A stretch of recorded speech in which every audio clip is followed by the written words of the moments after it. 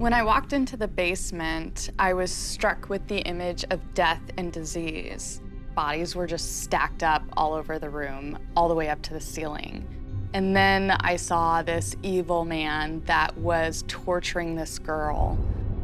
I get this kind of weird, like he had the black hat and the black jacket and the black slacks. And he is doing weird things to this girl. Not even man, I'm getting these weird pains that hurt. He might be poking her, and it's over a long period of time. She felt poking it, didn't hurt. I'm like, really? Because it hurts me. No, it didn't hurt her. It was poked, poking.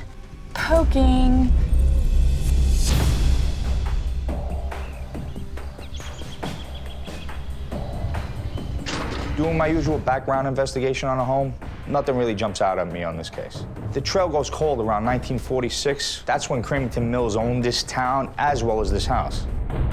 So I've set up a meeting with a man who literally wrote the book on the history of Cramerton.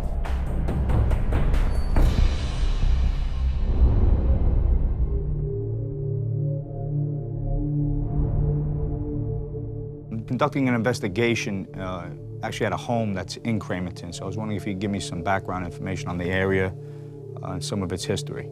The area of the house that you're looking at is in what we called Old Town, which was the original part of town that was built to support the families that lived and worked in the original mill.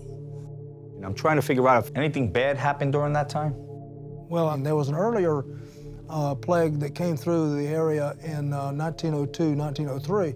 I can't tell you for sure how many people were affected in Cramerton, but most of them died.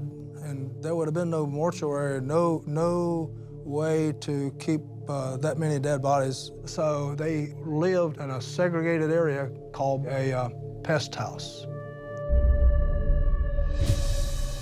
You know, there's people laying down here, and I don't know about that. I don't know about that. How many? How many people were down here? Quite a few, yes. Quite a few stacked. Ew. I don't know what that's about. Ugh. They're in sacks and sheets, and there's a lot of women, and there are children, a lot of children and women, and they got sick. They were sick. And people are like this. I'm sick. Ugh. And they're all cold. It's cold and they're sick. And some of them that don't have shoes and some of them don't even have much clothing on. They don't feel so very well. And very sad. And there's no building. There's just the earth. All of them are dying.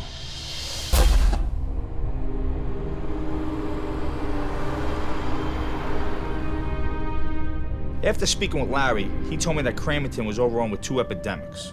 One in the early 1900s, and another one when the Native Americans inhabited the land over here. So now I'm gonna meet with a local historian. Maybe he could shed some light on Cramerton's history.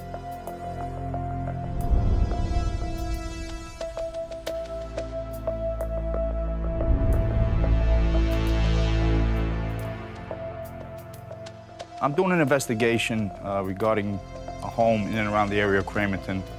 I understand there were two major plagues that happened in the history of this area. Right. And it would severely debilitate the population. I had read somewhere during the research I was doing that there was things called a pest house, and was there a certain area where they would keep people quarantined? The idea of a quarantined area was particularly associated with diseases like well, smallpox. And there was disfigurement and scarring, and there was isolation.